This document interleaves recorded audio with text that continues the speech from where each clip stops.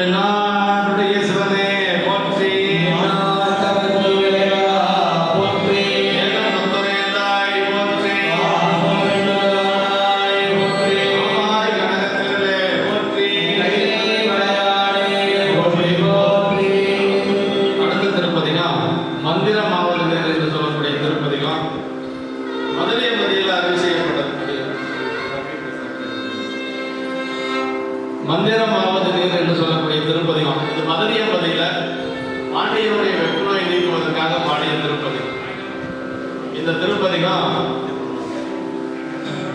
சமணர்கள் நம்ம சைவர்கள் தங்கியிருந்த திருமணத்திற்கு தீ வைக்கிறாங்க. அவர்கள் முதல்ல மந்திரத்தால தீ மூட்டணும்னு சொல்லி மந்திரம் சொல்லியிருந்த பொழுது தீ மூட்டுறதில்லை, தீ மூலவில்லை. ஏன் அப்படிங்கிறது சேக்கட பெருமான் அங்க சொன்னார். ஆதி மந்திரம் அஞ்செழுத்து ஓதுவார் நோக்கி மாதிரத்திலும் மற்ற மந்திர விதிவருமே அப்படின்னாரு. அப்படின்னா அஞ்செழுத்து மந்திரத்தை சொல்லிட்டு இருக்கிற ஒரு இடத்துல இன்னொரு மந்திரம் செல்லுபடியாக இருக்கிறதுலே உயர்ந்த மந்திரம் ஆதி மந்திரம்னா அஞ்செழுத்து தான். அஞ்செழுத்து மந்திரம் சொல்லிட்டு இருக்கிற இடத்துல இன்னொரு மந்திரத்தை சொல்லி சொன்னா ஒன்றும் வேலை செய்யாது. அதனால அவர்களுடைய தீ மூடலை. அப்ப என்ன பண்றாங்கன்னா நிஜமாலுமே தீ வைக்கிறாங்க. நிஜமாலுமே தீ வைக்கிற பொழுதுதான் ஞானசம்பந்த பெருமான் என்ன பண்றாரு, தீ மையவே சென்று பாண்டியனுக்காகவே சொல்லி பதிகத்தில் சொல்லிக்கிற பொழுது, மையவேனா பாண்டிய நாட்டில் மெதுவாக அர்த்தம், வேகமா போய் சேருன்னு சொல்லியிருந்தாருன்னா அந்த தீ போய் மூன்ற உடனே பாண்டியனை முடிஞ்சு போயிருப்பாரு. ஆனா அப்படியெல்லாம் இறக்கக்கூடாது. ஆனா பாண்டியன் அந்த துன்பத்தை அனுபவிக்கணும். ஏன்னா அடியார்கள் தங்கியிருந்த திருமணத்துக்கு தீ வச்ச துன்பத்தை அனுபவிக்கணும். மங்கையரசியாருடைய மாங்கல்யம் முதல்ல காக்கப்படணும். அதே பாண்டியன் மீண்டும் ஞானசம்பந்தத்துக்கு திருநீர் வாங்கணும். இப்படி ஒரு 5-6 காரணத்தை சொல்றார் சேக்கட பெருமான். ஏன் பையவே சேர்ந்து பாண்டியனுக்காகவே ஞானசம்பந்த பெருமான் சொன்னார் அப்படின்னா, மங்கையரசியாருடைய மாங்கல்யம் காக்கப்பட வேண்டும் என்பதற்காக, அப்புறம் குலச்சிறையாரினுடைய ஒரு கொள்கை அங்கு நிலைநாட்டப்பட வேண்டும் என்பதற்காக, பாண்டியன் ஞானசம்பந்த பெருமானால் திருநீர் வாங்கணும் அப்படிங்கிறதுக்காக. எல்லாம் முடிஞ்சதுக்கு பிறகு பாண்டியனுக்கு ஞானசம்பந்த பெருமான் திருநீர் கொடுக்கிறார்.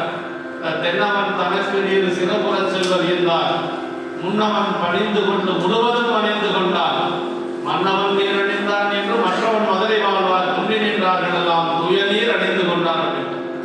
பாண்டி நாட்டுல சைவமே கிடையாது. அங்க போற சமணம் 2 பேர் தான் திருநீர் பூசிருக்காங்க. குலச்சிறை நாயனார், மங்கையர்க்கரசியார். மங்கையர்க்கரசியார் கூட நெத்தியில திருநீர் பூசல, திருமாங்கல்யத்துல தான் திருநீர் வச்சுக்குவாங்க. கணவனுக்கு தெரிஞ்சதுன்னா, கணவன் பார்த்தாருன்னா அவர் சமணத்தில் இருந்ததுனால கண்டு முட்டு தீட்டு முட்டு கேட்டு முட்டு என்று சொல்லி திருநீர் வச்சவங்களை பார்த்தா 3 நாளைக்கு சாப்பிட மாட்டான் யாரு, பாண்டியன். அதனால அம்மா திருமாங்கல்யத்துல தான் திருநீர் வைத்துக் கொண்டார்கள். அப்படியெல்லாம் சைவநெறி வளர்த்த பெருந்தகையாளர் நமக்கு மங்கையர்க்கரசியார். அதனாலதான் சேக்கட பெருமான் சொல்றார், மங்கையர்க்கரசியாருடைய திருவடி யாரெல்லாம் வணங்கி கொள்கிறார்களோ அவங்க திருவடி நாம் வணங்கிக்கிறார். மங்கையர்க்கு தனியரசி எங்கள் தெய்வம், வளர்குள குளக்கொழுந்து வழக்கை மாணி செங்கமல திருமணத்தை கண்ணினானால் தென்னகுள பழுதித்த தெய்வ பாவை எங்கள் பிறான் சண்மையதோர் அருளினாலே இருந்தமிழ் நாடு துயர் நீங்க பொங்கலின் திருநீர் பரப்பினாரை போற்றுவார் கடல் எம்மால் போற்றலாமே என்று சொல்லி, யாரெல்லாம் மங்கையர்க்கரசியாரை வணங்கி கொள்கிறார்களோ அவர்களும் திருவடி நான் வணங்கி கொள்கிறேன் என்று சொல்லி அங்கு நம்முடைய சேக்கட பெருமானே சொன்னார். அப்படிப்பட்ட அந்த திருநீர் அங்கு திருநீர் நெறி வளர்த்த பெருமை மங்கையர்க்கரசியாருக்கு தான் உண்டு. இப்ப பாண்டியனுக்கு அந்த வெப்புரை சென்று விட்டது. சமணர்கள் எல்லாரும் போய் என்ன செய்யறாங்கன்னா, அந்த குண்டிகையில் இருக்கக்கூடிய தீர்த்தத்தை அப்படி தெளிக்கிறாங்க. தெளிச்சா அது அப்படி பத்தி எரியுது, அப்படியே பொங்குது. அவ்வளவு ஒரு அந்த வெப்பம். அப்படி அவர்களால துன்பம் தான் அவருக்கு பாண்டியனுக்கு அதிகமாகி கொண்டு வருகிறது. அப்பதான் 2 பேரும் பேசிக்கிறாங்க. யாரு, மங்கையர்க்கரசியார் குலச்சிறை நாயனார் என்ன பேசிக்கிறாங்கன்னா, ஞானசம்பந்த பெருமான் வந்தால் இந்த வெப்புநோய் மட்டுமல்ல விரைவி நோயும் நீங்கும் என்று சொல்லி அவங்க பேசிக்கிறாங்க. அப்படியே மூச்சித்து படுத்திருக்கிறார் யார், பாண்டியன். பாண்டியனுடைய காதுல ஞானசம்பந்தங்கிற சொல்லு மட்டும்தான் போகுது, வேற ஒன்றும் இல்லைங்க. ஞானசம்பந்தங்கிற சொல்லு போகுது உள்ள. அப்ப அந்த சொல்லு உள்ள போன உடனே கொஞ்சம் அந்த அயற்சி நீங்கிடுச்சான். அப்படி மூச்சிட்டு கிடந்த பாண்டியன் எந்திரிச்சிட்டார். அதுக்கு பேர் ஆச்சாரிய மந்தாக்கரன் பேருங்க. பரமாச்சாரியருடைய பேரை சொன்னாவே செவியினோடு மெய்யுணர் அழைப்போர் போற ஞான சம்பந்தன் என்னும் நாம மந்திரமும் செல்ல ஆனபோது அயத்திறனை நீக்கி மாற்றம் ஒன்று உரைக்க விட்டார் அப்படின்னு சொல்லி சேகரப்பெருமான் சொல்றாரு. மீனவன் பாண்டியன் மீனவன் செவியினோடு மெய்யுணர் அழைப்போர் போறனர். மெய்யுணர் அழைப்போர் யாரு? மங்கையர்கரசியாரும் துளசியாரும் சொன்னதுனால அந்த மந்திரம் என்னாச்சு அப்படின்னா அவனை கொஞ்சம் பேச செஞ்சது. அப்பதான் பாண்டியன் சொல்றாரு, என்ன சொல்றாருன்னா, அப்படின்னா அந்த ஞானசம்பந்தரை கொஞ்சம் வர சொல்லுங்க அப்படின்னு சொல்லுகின்ற பொழுதுதான் இரண்டு பெருமக்கள் ஞானசம்பந்த பெருமனை வரவழைக்கிறார்கள். அப்படி வருகின்ற பொழுது ரெண்டு பேருக்குள்ள இப்ப ஒரு வாதம் வரப்போகிறது. அப்ப வருகின்ற பொழுது அம்மா கொஞ்சம் பயந்துக்கிறாங்க. ஏன்னா சமணர்கள் ரொம்ப கொடுமையானவர்கள். அப்படி ஞானசம்பந்த பெருமானுக்கு ஏதாவது ஒரு துன்பம் என்று சொன்னா நம்ம என்ன செய்ய முடியும்? சமணர்களுடைய ஆற்றல் அதிகமா இருக்கு. அதனால நம்ம உயிரை துறந்து கொள்வது என்று சொல்லி மங்கையர்கரசியார் துளசியாரும் முடிவு பண்றாங்க. மானியார் காமம் மஞ்சி வஞ்சக துறையவராக ஈனமே செய்யவல்லார் செய்வதன் ரெண்டி நாமும் ஞான சம்பந்தர் நம்பால் நம்மையல்லாது செய்யும் ஓணம் வந்து அடையும் யாவும் உயிர் துறந்து ஒளிவதென்றார் என்று சொல்லி சேகரப்பெருமான திறந்து சொல்ற. என்ன வேணாலும் செய்யலாம், நாம் உயர் குடும்பமா யாராச்சுக்கு. ஆனா மங்கையர்கரசியார் ஞான சம்பந்த பெருமானுக்கு உயிரையே கொடுக்கணும்னு சொல்லியிருக்கிறாங்க. அப்படி அந்த அம்மா பயந்து இருக்கிறாங்க. அப்படி பயந்து இருக்கிற பொழுதுதான் ஞானசம்பந்த பெருமான அந்த பதிகத்தை பாருங்க. மானின் நேர்வழி மாதராய் வலிதிக்கும் தேவிகள் அப்படிங்கிற பதிகத்துல மானல் ஈங்கவன் என்று பதிவு எய்திட ஈனர்களுக்கு எளிய நல்ல என்று சொல்லி அந்த பதிகத்துல சின்ன குழந்தைன்னு நீங்க பயந்துக்க வேண்டாம். இவனுடைய சமணர்கள் எல்லாம் என்ன பொறுத்தவரை ஒரு ஈனர்கள், அதுக்கு நான் எளியவன் அல்ல. என்ன காரணம் அப்படின்னா ஆலவாய் பெருமான் அருள் முன் நிற்கவே அப்படின்னு சொல்லி பாருங்க. ஆலவாய் பெருமான் திருவள்ளுவர் இருக்கிறது அவர்களை நான் வென்று காட்டுவேன் என்று சொல்லுகின்ற பொழுது அவங்க வர்றார். அப்படி வருகின்ற பொழுது ஞானசம்பந்த பெருமான் தலைமையில் அப்படி அமர்ந்திருக்கிறார். அப்படி அமர்ந்திருக்கிற பொழுதுதான் அப்பதான் நீங்க எந்த ஊரு எந்த பதின்னு சொல்லி பாண்டியன் கேட்கின்ற பொழுது அப்ப அந்த சீர்காழியினுடைய 12 பேர்கள் இருக்குதுங்க. சீர்காழிக்கு 12 பேர். பிரம்மபுரம், வேணுபுரம், புகழைபெரு வெண்புருடைய பொருவில் திரு தோரிபுரம், பூந்தாராய் சிரபுரமும், வருபுரமும், சண்மை நகர், மலகாலி, கொச்சைவயம், பரவதிரு கருமலமாம் 12 திருப்பெயர்ந்தார் என்று சொல்லி சேகரப்பெருமான் சொல்வார். அந்த 12 பேரை வச்சு ஒரு பதிகமே பாடுறார். அதுக்கு பேர் சக்கரமாத்து திருப்பதிகம் சொல்லி அந்த 12 பேர் மாறி மாறி வரும். அப்படி ஒரு பதிகமே மதுரையில் பாடியது ஞானசம்பந்த பெருமான். அதற்கு பிறகு அவருடைய துன்பத்தை நீக்குவதற்கு பாண்டியர் அந்த சமணர்களிடம் நம்முடைய ஞானசம்பந்த பெருமானும் ஆளும் ஒரு பாகமாக எடுத்துக் கொள்கிறார்கள். ஞானசம்பந்த பெருமான் இடது பாகம், சமணர்கள் வலது பாகத்தை அவங்க மந்திரத்தை சொல்லி நீக்குவது. முதல்ல சமணர்கள் அவங்க மந்திரத்தை சொல்லி அந்த குண்டிகள் இருக்கக்கூடிய நீர் அப்படி கடவுறாங்க. முதல் இருந்ததை விட வெப்பம் அதிகமாயிடுச்சு. அதிகமாகி அப்படியே பாண்டியன் அப்படியே பதைவாய்க்கிறார். அப்ப ஞானசம்பந்த பெருமான் பார்த்தார். அவர் சென்று அவருடைய பாகத்துல என்ன பண்றார் அப்படின்னா அப்படியே திருநீற்ற கடவுற பதிகத்தை சொல்லி மந்திரமாவது பதிகத்தை சொல்லி திருநீற்ற கடவுகின்ற பொழுது அப்படியே பொய்யில் இருக்கிற மாதிரி இருந்துதான் சொல்றார் சேகர் பெருமான். ஒரே நேரத்துல நரகத்தை அனுபவித்த மாதிரி இருந்துதான் பாண்டியனுக்கு. அதே மாதிரி சொர்க்கத்தையும் ஒரே நேரத்தில் அனுபவித்தது போல இருந்தது என்று சொல்வார். அப்படி அந்த நேரத்தில் பாடப்பட்ட திருப்பதிகம் தான் இந்த மந்திரமாவது நீர் என்று சொல்லக்கூடிய திருப்பதிகம். இந்த பதிகம் பாண்டியனுக்கு திருநீர் கொடுக்கின்ற பொழுது வெப்புநோய் நீங்கியது என்று சொல்லி நமக்கு பதிகத்தினுடைய வரலாறு சொல்லுகிறது என்று சொல்லி அப்படிப்பட்ட அந்த திருப்பதிகத்தை நம்முடைய உதவ மூர்த்திகள் தன்னோடு பாடி மகிழ்வார்கள். எல்லாரும் பக்கம் 116 தெய்வத்தமிழ் மந்திரத்தில் 116வது பக்கம்.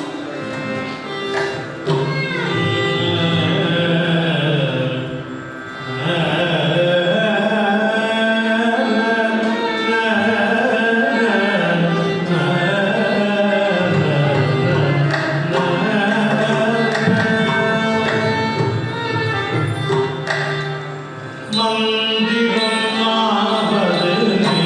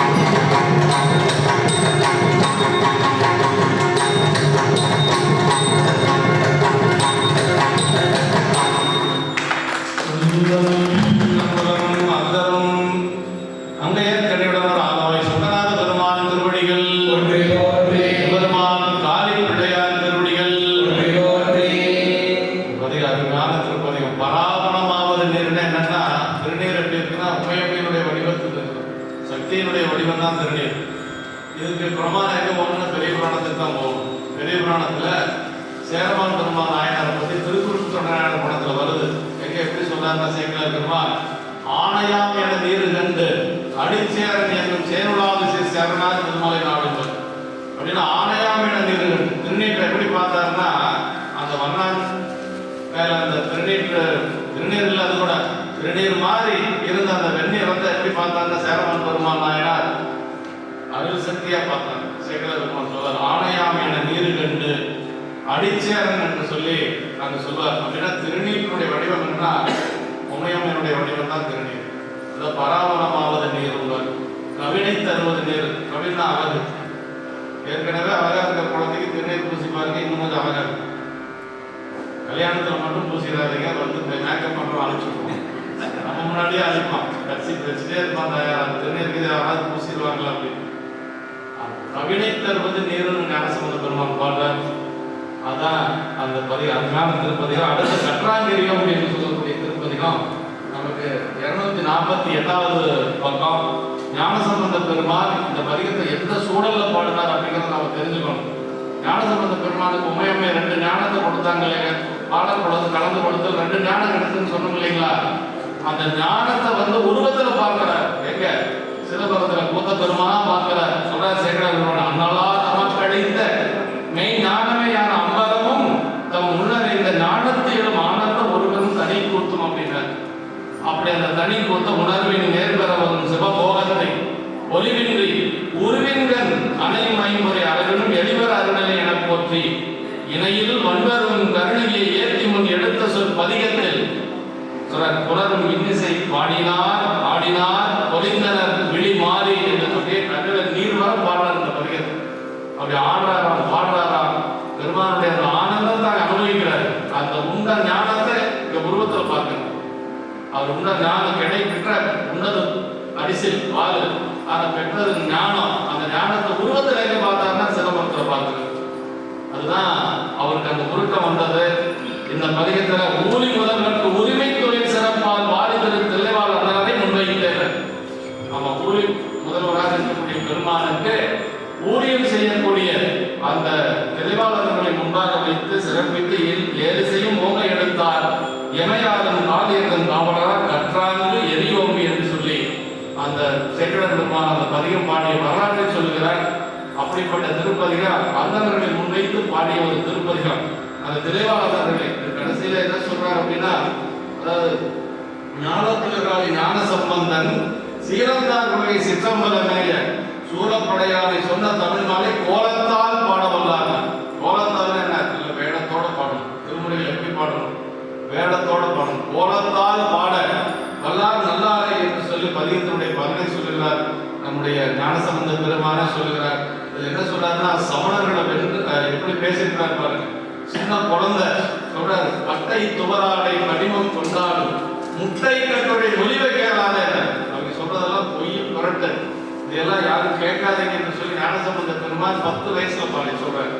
அவங்க சொல்றதெல்லாம் கேட்காதீங்க. முட்டை துவராடை முட்டை கட்டுரை ஒளிவை கேளாது சிற்றர் வாட்டில்லை சிற்றம்பலமே நட்ட பெருமானினாலும் தொழுவோமே என்று சொல்லி அப்பவே அப்படி சமணர்களை எதிர்த்து அந்த ஒரு சூழலை பாடியிருக்கிறார் ஞானசம்பந்த பெருமான். அருமையான ஒரு திருப்பதிகம். அதாவது பெருமானை ஆடி பாடி குறுகி பாடிய திருப்பதிகம். பகவமூர்த்தியை வந்து இதை தன்னோடு பாடி காட்டுவாங்க.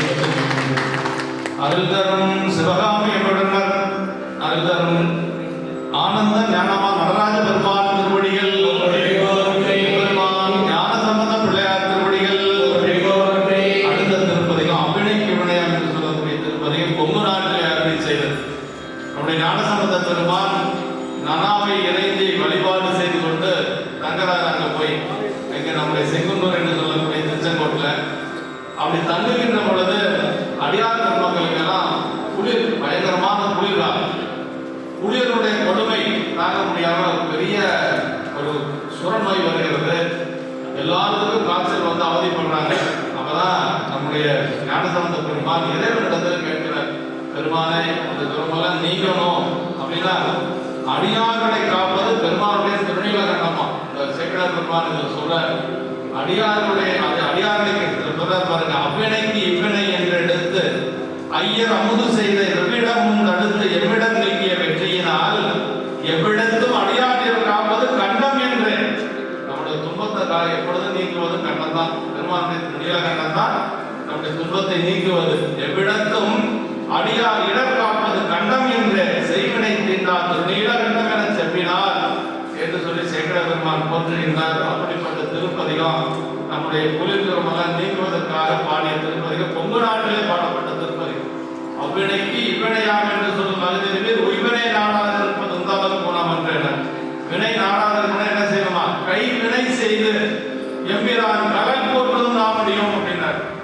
பெருமானுக்கு சரியை தொண்டு செய்யணும். அதே மாதிரி கலன் போற்றுதல் என்று சொன்னா இப்ப பாடுற மாதிரி திருப்பதிகமும் பாடணும், ரெண்டும் செய்யணும். அதாவது அதிகமும் பாடணும், அதே மாதிரி பெருமானுக்கு கை தொண்டும் செய்யணும். கைவினை செய்து எம்பிரான் கலன் போற்றுவதும் நாம் முடியும். அப்படி செஞ்சோம்னா செய்வினை வந்தன்மை தீண்டப்பெறா திருநீலகண்டம் என்று சொல்லி நம்முடைய ஞானசம்பந்த பிள்ளையார் அருள்வாக இதில் அருள் இருக்கிறார் என்று சொல்லி அப்படிப்பட்ட திருப்பதிகளை நம்முடைய உதவும் இப்பொழுது நமக்கு அருள் செய்யும். அவ்வினைக்கு இவ்வினையா என்று சொல்லும் அருளறிவே. அவ்வினைக்கு இவ்வினையா என்று சொல்லும் அருளறிவே. அருளறிவே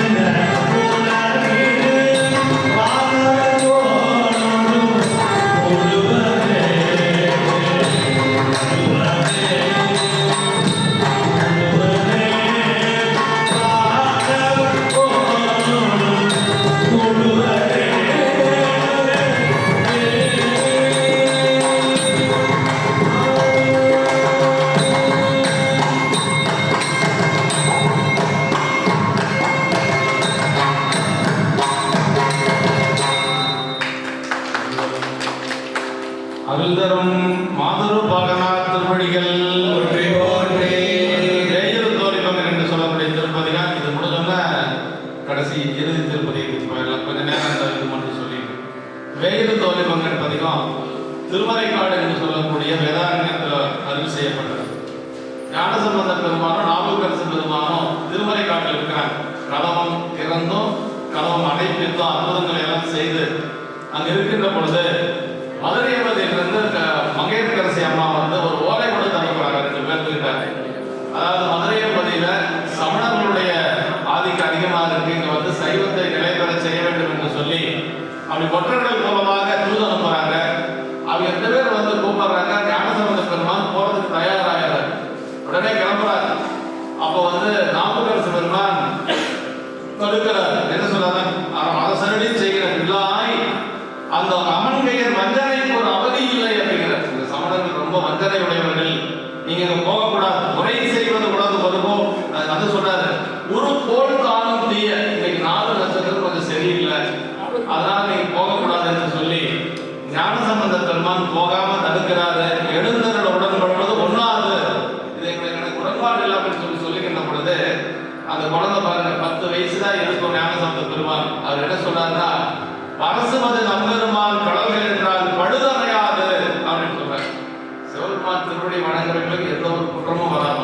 குழந்தை சொல்லு, 10 வயசு குழந்தை ஞானசம்பந்த பெருமான் சொல்றார், அரசுமது நம்பெருமான் கடல்கள் என்றால் பழுதமையாது என பகர்ந்து பரமர் செய்ய விரை செய்வனர் தால் போற்றி புகழிழந்தர் வெயிறு தோழியை எடுத்து விளம்பினாரே. இருந்தாலும் வந்து அவர் 4 கோடு சரியில்லைன்னு சொன்னதுனால இந்த வெயிறு தோழிய இந்த பதிகத்தை நமக்கு பாடுறார்.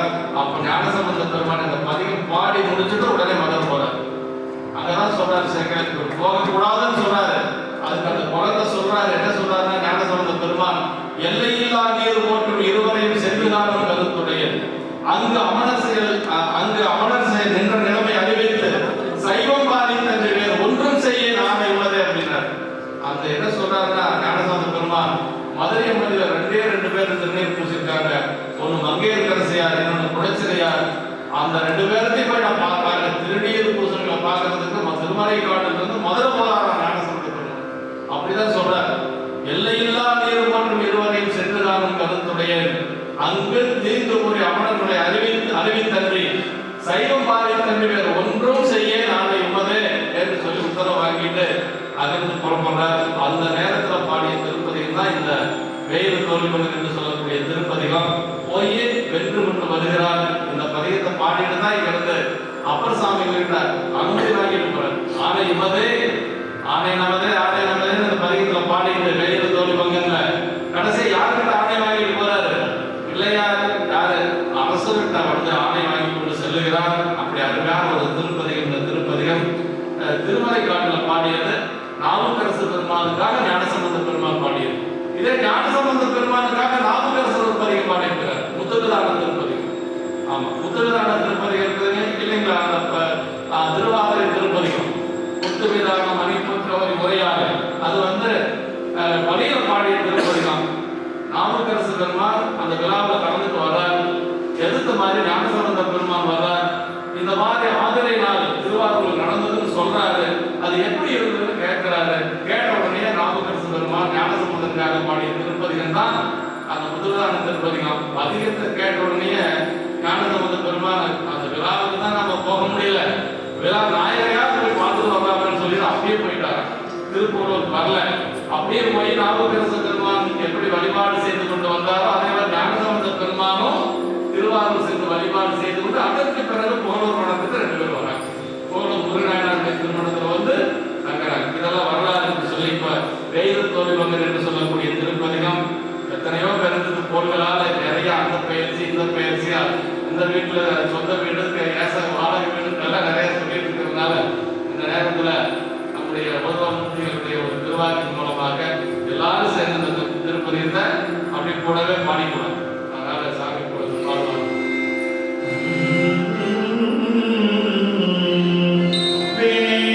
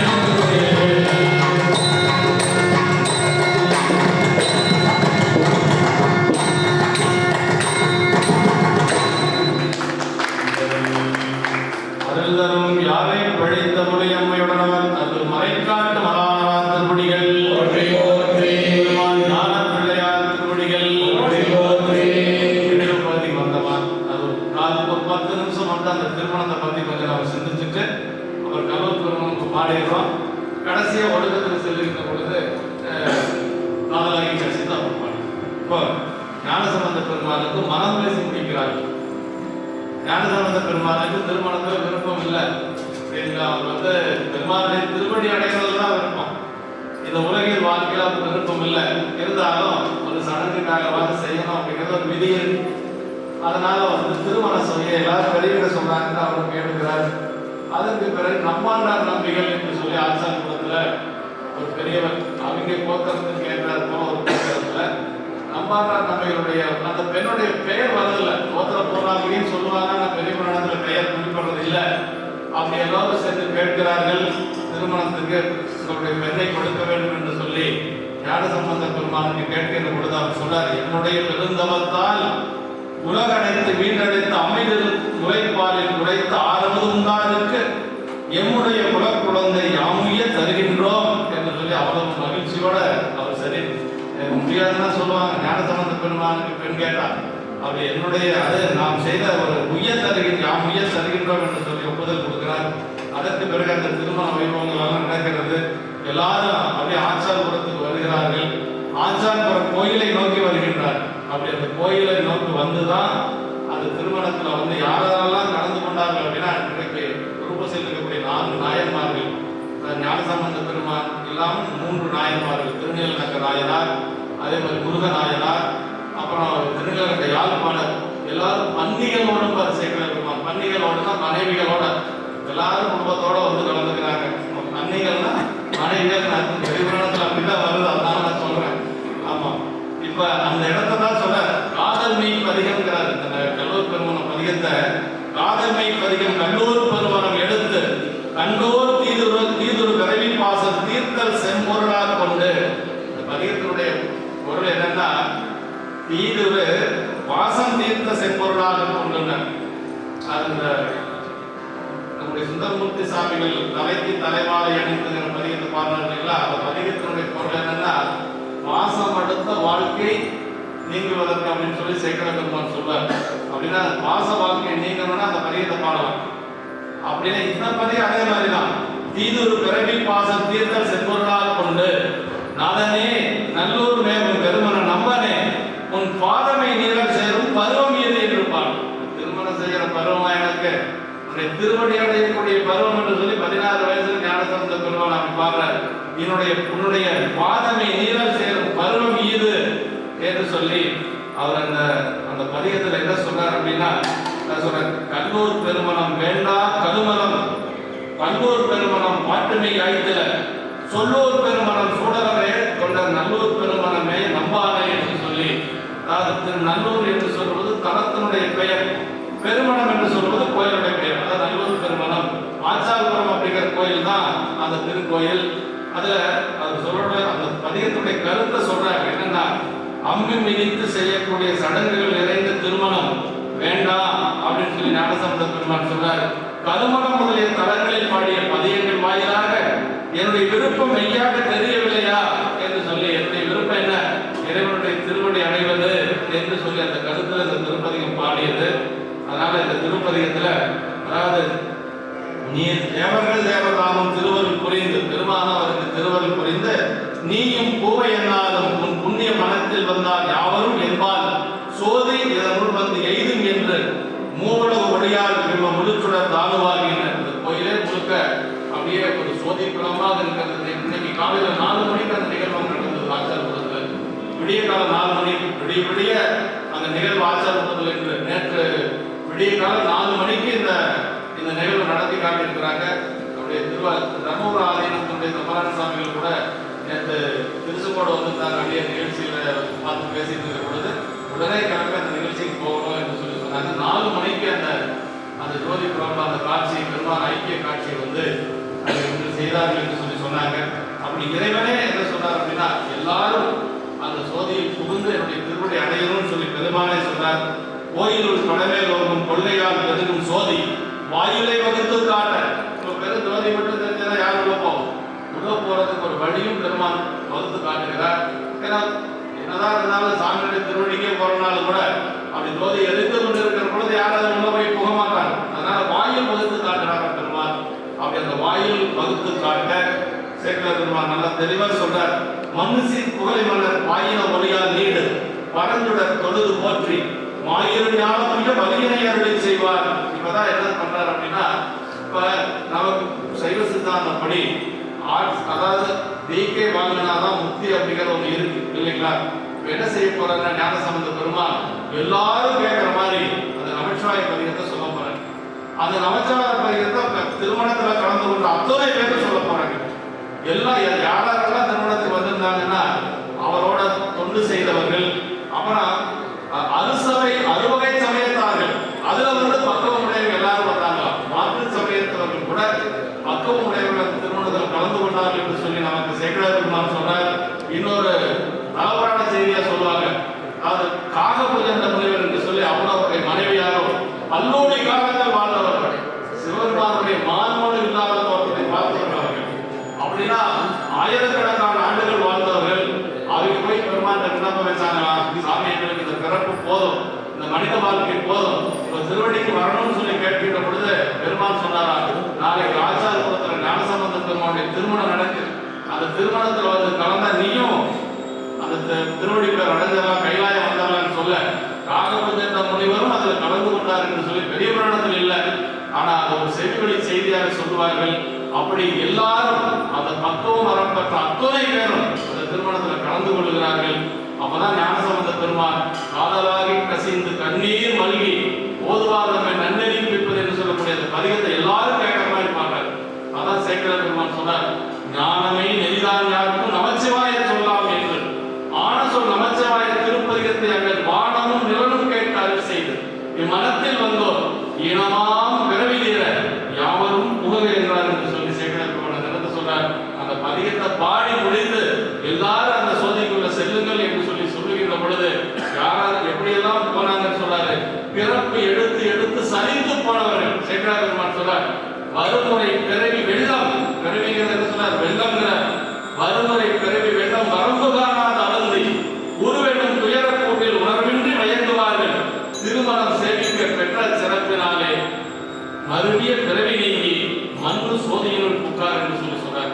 அப்படின்னா பிறப்பு எடுத்து எடுத்து அழுத்து போன எல்லாரும் இந்த ஒரு திருமணத்துல கலந்து கொண்டதுனால வேற ஒண்ணும் செய்யலாங்க.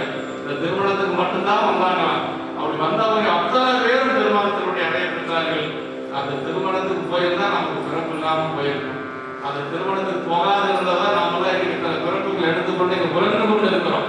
அத்தனை பேரும் பெருமாள் திருவடி அடைகிறார்கள். அதான் சேக்கடார் பெருமாள் சொல்ல அந்த யாரெல்லாம் போனாங்கிறத சொல்ல, சீர்பெருக்கு திருநீல நட்டர் திரு முருகர் முதல் தொண்டர் ஏற்கனவே சிவபாத இருதயர் நம்பாண்டார் சீரார் திருமை பெரும்பாலர் மற்ற ஏனையோர் அணைந்துவோர் வார்நிலவுகளை சூழ் வன்னிகளோடு உடன் பூக்கார் என்று சொல்லி எல்லாரும் மனைவிகளோடு உடன் சென்று அதில் புகுந்தார்கள் என்று சொல்லி சேக்கடார் பெருமான் பதிவு செய்து காட்டுகிறார்.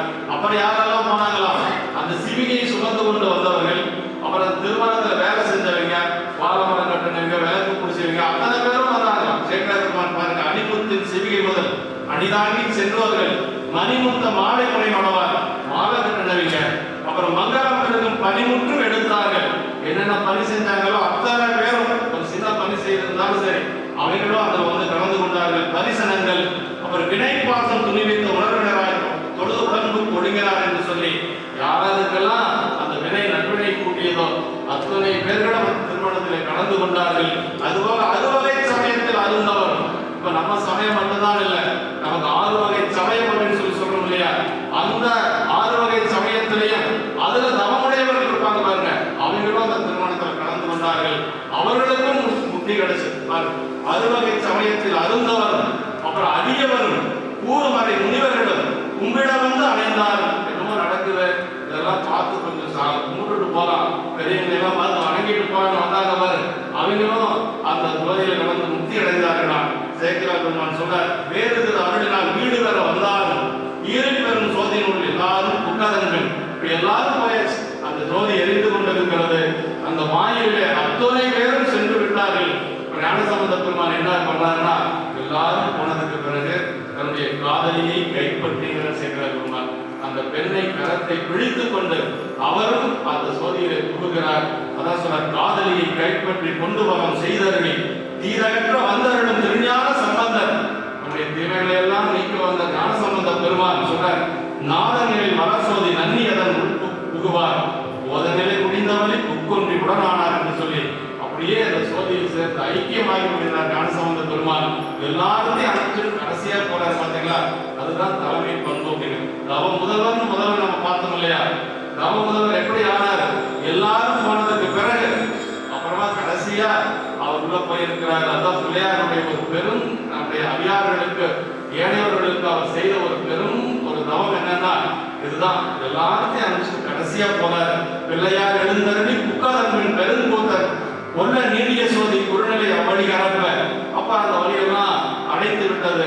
இப்ப மீண்டும் பழைய வழிக்கு ஆச்சாரபுரம் கோயில் வந்து அப்படி இறைப்போரத்தோடு அப்படி நிற்கிறது என்று சொல்லி சொல்றார். வல்லாளர் தம்படைய மனக்கோயில் தோன்றுதல் தெல்லிநீர் உலகத்து பேரிடார் பெருமந்தார் என்று சொல்லி கண்முதலார் திருமேல் உடன்கூட கவனியனார் நன்னியது தூரத்தை கண்டு நடுகப் பெறா விண்ணவர் முனிவர்களும் விரிஞ்சனை முதலானார் எண்ணில் அவர் ஏசர்கள் வீரை எடுத்து ஏற்றினார் என்று சொல்லி என்ன சொல்றாருன்னா, இந்த தேவர்கள் எல்லாம் வந்து தூரத்துல இருந்து பார்த்துட்டு இருந்தாங்களாம், எல்லாரும் போறத பார்த்துட்டு இருந்தாங்களாம். நம்மளும் போயிருந்தா நம்மளும் போயிருக்கலாமே, இப்படி நாம வீணா போயிட்டோமேன்னு சொல்லி தேவர்கள்லாம் வருத்தப்படுறாங்களாம், பெரிய முனிவர்கள்லாம் வருத்தப்படுறாங்களாம். இங்க விளக்கெடுத்தவன் இலை எடுத்தவன் எல்லாரும் உள்ள போயிட்டாங்க. அவங்களுடைய புண்ணியம் அப்படி இருந்திருக்கு. அதாவது யாருக்கு என்ன கிடைக்குமோ அதுதான் கிடைக்கும். தேவர்கள்லாம் மேல இருந்து அப்படியே சொல்றாங்க, வருத்தப்படுறாங்களாம். இப்ப எல்லாரும் போனதுக்கு பிறகு பிள்ளையாரும் அந்த பதிகத்தை ஓதிக்கொண்டு எல்லாரும் சென்று விடுகிறார்கள். இப்ப சொல்றாரு ஞானசம்பந்தர் நம்முடைய சேக்கிழார் பெருமான் சொல்றாருங்க, அதாவது 1256 பாடல் பாடிக்கிறார் பெரிய புராணத்துல. பிள்ளை பாதி பிராணம் பாதின்னு சொல்லுவாங்க. முதல் பாடல் என்ன சொன்னாரு, வேதனை நரைத்தோங்கிறது சைவத்துறை விளங்க பூத பரம்பரை கொடிய புனிதவாய் வளர்ந்தழுத சீதவள பயல்மொழி திருஞான சம்பந்தர் பாதவள தலை கொண்டு திருத்தொண்டு பரவாங்க. ஞானசம்பந்த பெருமானுடைய தொண்டையெல்லாம் நான் சொல்ல முடியாது. அவருடைய திருவடியை தலைமையில வச்சு அதற்கு பிறகு நான் அவர் செய்த தொண்டை கொஞ்சம் சொல்றேன் அப்படின்னு சொல்லி சொன்னாரு. கடைசி எப்படி அதே மாதிரி முடிச்சு காட்டுறாரு சேக்கிழார் பெருமான். அருந்தமிழ் ஆகரன் சரிதை தமிழாகரன் வந்தது இல்லைங்களா, ஆரோக்கியா கூட சொன்னாரு மாலைப்பாட்டு தமிழாகரன் வந்தது இங்க வருது, கடைசியா பெரிய புராணத்தில் வருது. அருந்தமிழ் ஆகரன் சரிதை அடியேனுக்கு அவர் வாதம் தரும்பரிசால் அறிந்தபடி துதி செய்தேன் அப்படின்னு. எனக்கெல்லாம் ஒன்றும் தெரியாது ஞானசம்பந்தருடைய தொண்டை பத்தி. அவருடைய திருவடி வணங்கின அந்த திருவடி எனக்கு ஏதோ கொஞ்சம் கொடுத்திருக்குது, அதைத்தான் நான் சொல்லியிருக்கிறேன் என்று சொல்லி அப்படி ஒரு அவை அடக்கமாக அந்த சரீரத்தை நிறைவு செய்து காட்டுகிறார். இதுதான் சேக்கிழார் பெருமானுடைய அந்த ஒரு தன்மை. அதாவது சேக்கிழார் பெருமானுடைய மொழி எப்படி இருக்குன்னா இது மாதிரிதான் இருக்கு பெரிய புராணம். அந்த ஒரு 1256 பாட்டு பாடிட்டு சொல்றாரு, அருந்தமிழ் நாகர சரிதை அடியேனுக்கு அவர் பாதம் வரும் பரிசால் அறிந்தபடி துதி செய்தேன் என்று சொல்லி சொன்னதெல்லாம் சொல்ல துதி செய்தேன் அப்படின்னு தான் சொல்றாரு.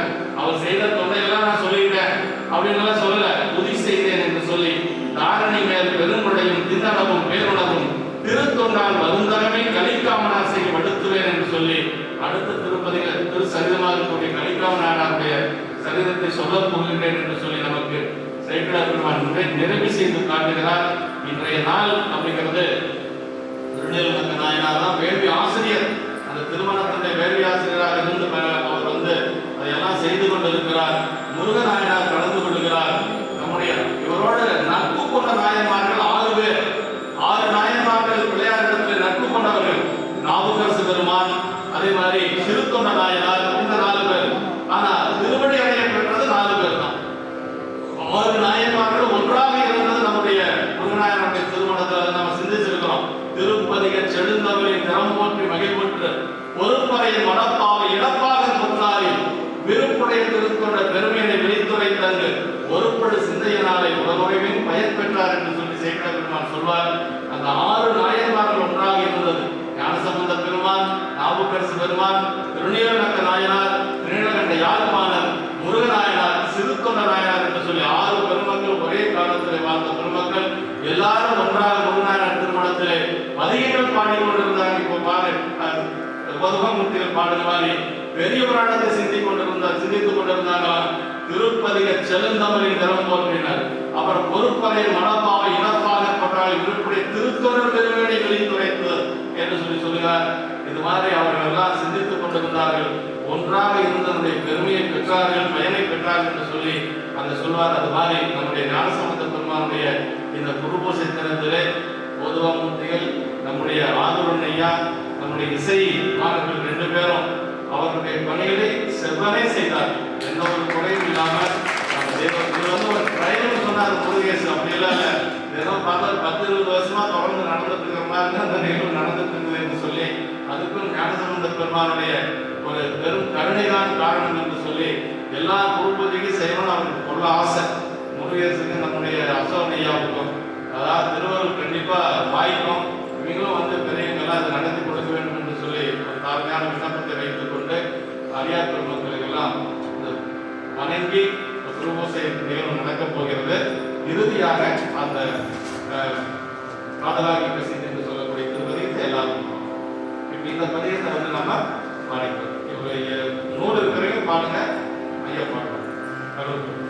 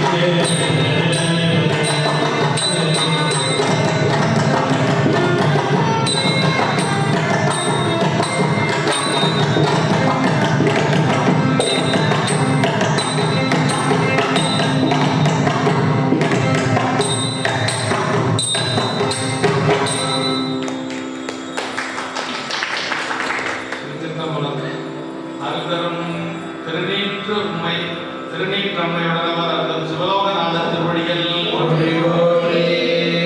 ஆலோசனையா ஏதோ கொஞ்ச நேரம் ஞானம் உரை ஏதாவது சொல்லுங்க.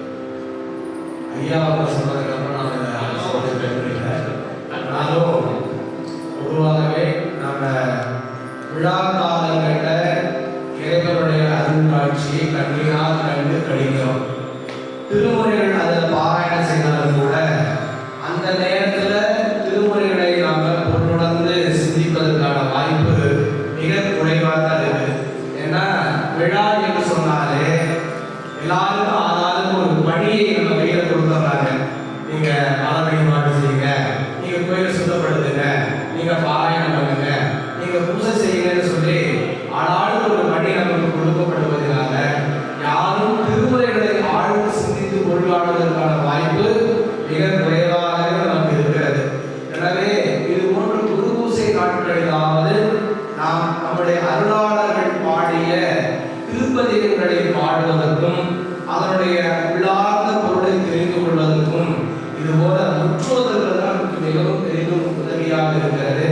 இதை நாங்கள் மிகவும் அனுபவத்தில் கண்டவர்கள். நம்ம எல்லாருக்கும் தெரியும், நம்முடைய பவானி திருப்பதிகளுடைய தலைவர் ஞானாசிரியர் பெருமகனார் ஆண்டுதோறும் பார்த்தீங்கன்னா ஒவ்வொரு இடங்கள்ல ஒவ்வொரு இடத்திலையும் ஒவ்வொரு திருமுறையாக ஒரு வருடத்திற்குள் 12 திருமுறைகளையும் ஐயா அவர்கள் முற்றோதல் செய்து விடுகிறார்கள். நம்முடைய திருஞான சம்பந்தருடைய 1, 2, 3 திருமுறையை இப்பொழுது கோவை நம்முடைய சந்திராமாயணம் சொல்லக்கூடிய அடியாருக்கு தெரியும். அவர்களுடைய மேல் வளாகத்தில் ஆண்டுதோறும் திருஞான சம்பந்தருடைய தேவாரத்தை பொருளோடு சிந்தித்து 4 நாட்கள், இந்த ஆண்டு முதல்ல 3 நாட்கள் தொடங்கியது. இந்த ஆண்டு 6 நாட்கள் அங்கே ஐயாவுடைய தலைமையிலேயே பொருள் சிந்திக்கக்கூடிய ஒரு வாய்ப்பு கிடைக்கப்பெறுகிறது. அதே போல திருநாவுக்கரசருடைய அந்த வரலாற்று உரை தேவார பதிகங்களை நம்முடைய தாராபுரம் சாலை, மதுரிடத்திலிருந்து தாராபுரம் செல்லக்கூடிய சாலையில கணபதி பாளையம் சொல்லக்கூடிய இடத்துல திருநாவுக்கரசர் திருமணம் இருக்கிறது. அதிலே பல காலம் ஐயா அவர்கள் தான் அங்கிருந்து பாராயணம் செய்தவர்கள். அங்கேயும் பார்த்தீங்கன்னா 6 நாட்கள் 7 நாட்கள் முழுமையாக திருநாவுக்கரசருடைய வரலாற்று பாடலிலேயே அந்த பதிகங்களை பாடக்கூடிய ஒரு வாய்ப்பு. ஆண்டுதோறும் நம்முடைய திருநாவலூரில் சுந்தரருடைய தேவாலயத்தை முற்றோதல் செய்கிறார்கள். அதே போல அவிநாசி பக்கத்தில் சேவூர் என்கின்ற தலத்தில் ஒரு அன்பருடைய இல்லத்தில் 2 நாட்கள் 100 பதிகங்களை 2 நாட்களாக பொருளோடு சிந்திக்கக்கூடிய வாய்ப்பு ஐயாவர்களுக்கு மூலமாக கிடைக்கப்படுகிறது. அதனோடு அவ்வப்போது திருவாசகத்தை கேட்கிறோம். சில இடங்கள்ல 9ஆம் திருமுறை பாராயணம் செய்யக்கூடிய வாய்ப்பு, 10ஆம் திருமுறையை கோயம்புத்தூர்ல ஒருத்தருடைய இருக்கிற சூலூர்ல 10ஆம் திருமுறை சிந்தித்தல், 11ஆம் திருமுறை சிந்தித்தல், 12ஆம் திருமுறை சிந்தித்தல் என்று ஒரு ஆண்டுக்குள் ஐயாவுடைய கீழந்த காலங்களில் பலராலும் அதை சிந்தித்தோம். அப்படி சிந்தித்ததால் என்ன கிடைக்கிறதுனா நம்ம வெறும் திருமுறைகளை பாடுவது மட்டுமல்லாமல் நாயன்மார்களுடைய வரலாற்றையும் தெரிந்து கொள்ளக்கூடிய ஒரு வாய்ப்பு. பொதுவாக நம்ம அற்புத பதிகங்கள்லாம் பாடுகிறோம். நம்ம பொன்பெற்ற பதிகங்கள், உயிர்ப்பித்த பதிகங்கள், நோய் தீர்த்த பதிகங்கள், விடைதீர்த்த பதிகங்கள் எல்லாம் பாடுகிறோம். அந்த தலைப்பை மட்டும் வாசிக்கிறோம். இது பஞ்சம் வந்த காலத்து படிக்காசு வச்ச பதிகம் அப்படிங்கிற அளவு மட்டும்தான் தெரியும். ஆனா அந்த பஞ்சம் எவ்வளவு காலம் இருந்தது, எவ்வளவு காலம் இறைவன் படிக்காசு கொடுத்தார். இன்னைக்கு ஐயா ஒரு செய்தி சொன்னாங்க. என்ன செய்தி சொன்னாங்க கவனிச்சுட்டு இருக்கோம். இறைவன் நாளும் ஒரு படிக்காசு மட்டும்தான் கொடுத்தார். நமக்கு ஒரு கேள்வி என்னன்னா, ஒரு வீடுனா 5 பேர் இருப்பாங்க, 10 பேர் இருப்பாங்க, எல்லாருக்கும் சாப்பாடு 5 பேருக்கு ஆக்கினா போதும். ஆனா திருமணம் என்பது அப்படி இல்லை. ஒரு நாளைக்கு 50 பேர் வருவாங்க, ஒரு நாளைக்கு 100 பேர் வருவாங்க. அப்ப 50 பேருக்கான காசு 100 பேருக்கு சமைப்பதற்கு பத்தாது. ஆனா இறைவன் கொடுத்த அந்த காசு அன்றைய நாளில் எத்துணை அடியார்கள் வந்தார்களோ அத்துணை அடியார்களுக்கு பொருள் வாங்குவதற்கான மதிப்பீடாக அந்த ஒரு காசே விளங்கியது என்பது இத்தனை நாள் எங்களுடைய அறிவுக்கு தெரியவே தெரியாது. இன்றைக்கு ஐயாவர்கள் மூலமாக தான் அந்த காசு ஒருவராக எப்படி உடற்சனையாக சொல்லும் பொழுது ஒருவராக வந்தாலும் கடன்களாக வந்தாலும் சொல்வதை போல ஒருவருக்கு வந்தால் அந்த ஒருவருக்கான அமுது உழைப்பதற்கான மதிப்பீட்டோடு அந்த காசு வழங்கும். 1000 பேர் இருக்கிறாங்களே என்ன பண்றது அசோகனையாண்டா அவர் கொடுக்கிற காசு 1000 பேருக்கு சாப்பாடு கூடிய மதிப்பீடாக இருக்கும். இந்த நுட்பத்தெல்லாம் நாம எங்க போய் தெரிஞ்சுக்கிறது? எனவே முற்றோதல் என்பது நாம நாயன்மார்களுடைய உள்ள கிடக்கையை நாம் தெரிந்து கொள்வதற்கு ஒரு அருமையான வாய்ப்பு. நிறைவா ஐயா ஒரு கருத்து சொன்னாங்க. இந்த கருத்து ரொம்ப அருமையான கருத்து. அதை நம்ம யாரும் கவனிச்சிருக்க மாட்டோம். அப்புறம் நிறுத்தி பார்க்கும் பொழுது ஞானசம்பந்த பெருமான் திருமணக்காலம் அவர் திருமணத்தை மறுத்து இருக்கிறார்.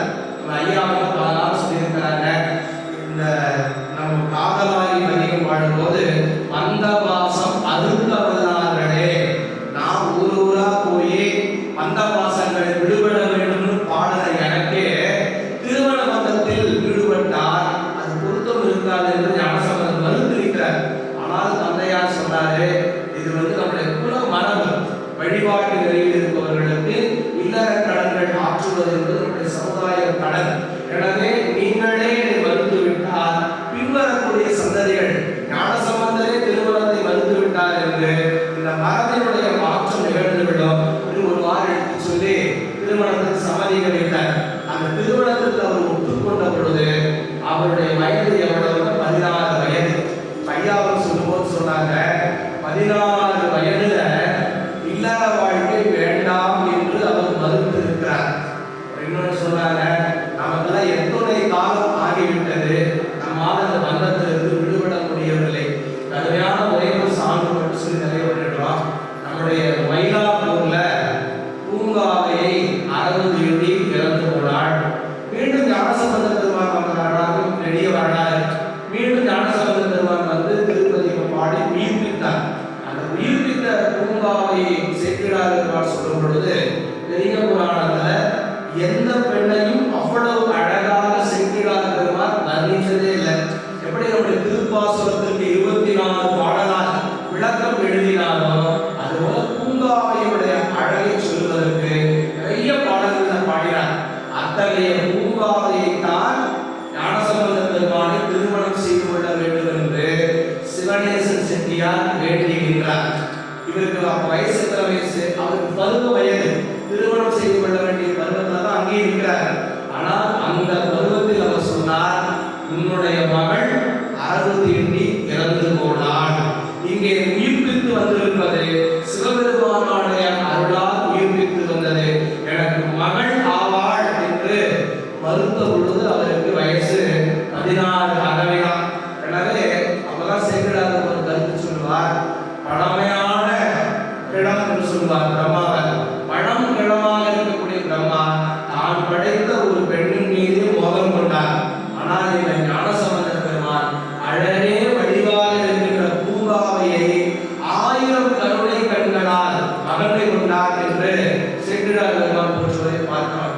எல்லாம் தெரிகிறதுனா ஐயாவை சொன்னது போல இல்லாண்டு எங்கும் வேண்டாம் நான் படைத்தவள் எழிலின் வண்ணம் நன்கு நான்முகத்தால் வேண்டாம் உன்னிய 16 பேர்கள் புகழ் வேண்ட கருவல் கருணை வெல்லும் 1000 கண்களால் கேட்டார். அந்த வகையில ஐயா அவர்கள் சொன்னாங்க, அந்த இளமை பருவத்திலேயே இறைவனுடைய அருளை ஏற்றுக்கொள்வதன் ஞானசம்பந்த பெருமான்.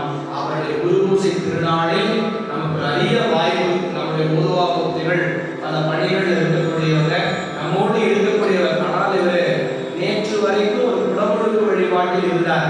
முதல்ல முருகேசன் ஐயா 3 நாட்கள் முழுமையாக முற்றோதல் செய்யலாம் என்று அவர்களோட ஆலோசனை செய்யப்பட்டது. ஐயா இடத்துல கேட்டோம், ஐயா நான் ஏற்கனவே ஒரு குடமுழுக்கு வழிபாட்டில் இருக்கிறேன், அங்கேயே நான் 4 காலம் பாடி வருவதனால் 3 நாள் பாடுவது சிரமம் அப்படின்னு சொல்லி முதல்ல கொஞ்சம் மறுத்திருக்கிறார். அதன் பிறகு நாங்கள் மீண்டும் ஐயா ஒரு ஆலோசனை சொன்னாங்க, ஐயா ஒரு நாள் மட்டும் அற்புத பதிவுகளையாவது பாடலாம் என்று சொன்ன பொழுது மீண்டும் கேட்ட பொழுது ஐயா அவருக்கு ஒப்புக்கொண்டாங்க. எனவே அவர் பல பணிகள் என்னன்னா, இதை முடிச்சுட்டு நாளைக்கு காலையில் இன்னொரு வழிபாட்டுக்கு போறார், அங்கேயும் போய் பாடலாம். கிடையாத பணி, பாடும் பணியே பணியாய் அருள்வாய் என்பது போல பாடக்கூடிய ஒரு வாய்ப்பு நம்முடைய ஞானாசிரியர் பெறுவாரா அவரும் அப்படிதான். வெளிவந்த பிரானாக அண்டமனுடையாருக்கும் அவருக்கு ஒரு அருமையான தொடர்பு உண்டு. எனவே அவர்களும் இங்கே எழுந்தடி இருக்கிறார்கள். இது போல ஒரு நல்ல வாய்ப்பு நமக்கு அடிக்கடி கிடைக்கணும். அதற்கு ஞானசம்பந்த பெருமானுடைய திருவடிய இன்னைக்கு முதல்ல திருமுறை பாராயணத்தோடு குரு பூசை செய்யக்கூடிய ஒரு வாய்ப்பு நமக்கு கிடைத்திருக்கிறது. இப்ப நாம இந்த குரு பூசையில நம்ம பெருமாள்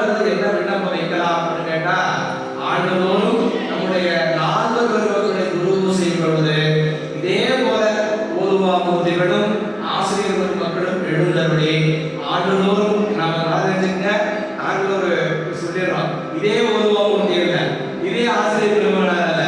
அப்ப எல்லாரும் சொல்லிடுவாங்க ஆண்டுதோறும்னா அவர்களும் நிறைய பணிகள் இருக்கிறாங்க, ஐயாவும் நிறைய பணிகள் இருக்கிறாங்க. ஏதேனும் ஒரு நல்ல நமக்கு உகந்த உருவமூர்த்தி நம்மை ஆட்சிப்படுத்துகின்ற ஆசை மக்கள் 4 குரு பூசைக்கு இங்கே எழுந்தருள வேண்டும். அவ்வாறு பெரியவர்கள் எழுந்தருளுகிற பொழுது அந்த வழிபாட்டில் தொண்டர்கள் திரளாக கலந்து கொள்ள வேண்டும் என்பதை ஒரு விண்ணப்பமாக வச்சுக்கிறோம். இதுதான் இன்றைக்கு ஞானசம்பந்த பெருமானுடைய திருவடியில் நாம் வைக்கக்கூடிய விண்ணப்பம். ஒவ்வொரு குரு பூசைக்கு இது போல சிறப்பாக நடைபெற வேண்டும் என்று விண்ணப்பித்துக் கொண்டு இப்பொழுது வழிபாட்டினுடைய நிறைவு பகுதியில் நடைபெறுகிறது.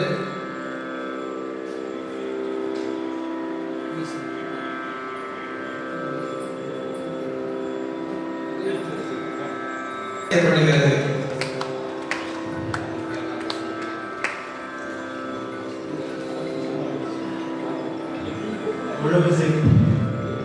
இசைவாளர்கள் திரு சுந்தரேசன் ஐயா அவர்களுக்கு சிறப்பு செய்யப்படுகிறது. பவானி சோழையார் திரு ஆர்வன் ஐயா அவர்களுக்கு சிறப்பு செய்யப்படுகிறது.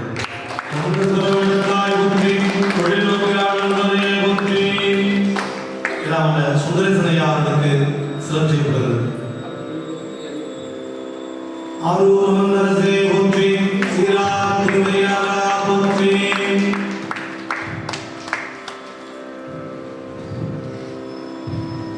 உலகசை நடந்த சில பிரபுதையா அவர்களுக்கு திருக்கை சார்பாக சிறப்பு செய்யப்படுகிறது.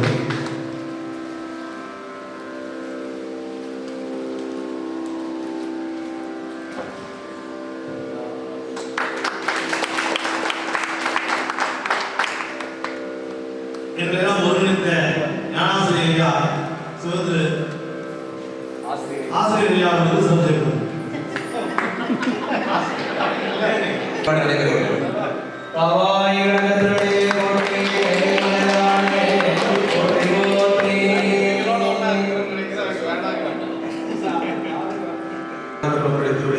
வணங்கி இப்பொழுது நம்முடைய 4 பெருமக்களுக்கு இன்றைக்கு குரு பூசை தினம். திருஞான சம்பந்த பெருமான் திருஞான சம்பந்தரோடு தொடர்ந்து பயணித்த திருநீலகண்டத்து யாழ்ப்பாணர் அவருடைய திருக்கல்யாண வழிபாடுகளில் வேள்வியாசிரியராக வந்து கலந்து கொண்டு திருவடி பேறு பெற்ற திருநீலகண்ட நாயனார் அவர்களை நட்பாக கொண்டு பாராட்டிய முருகநாயகர் என்று 4 பெருமக்களுக்கு இன்றைய நாளில் குரு பூசை வழிபாடு நடைபெறுகிறது. நம்முடைய வரலாற்றிலேயே 4 நாயன்மார்களுக்கு ஒரே நாளில் குரு பூசை நடைபெறக்கூடியது திருஞான சம்பந்த குரு பூசை வழிபாட்டு நாளில் தான் என்பதை அன்போடு தெரிவித்துக் கொண்டு இப்பொழுது மூலமூர்த்தியாக இருக்கக்கூடிய திருமணிகளுக்கும் உற்சவ திருமணிகள் சொல்லக்கூடிய வளவரக்கூடிய திருமணிக்கும் இப்பொழுது வழிபாடு நடைபெறுகிறது.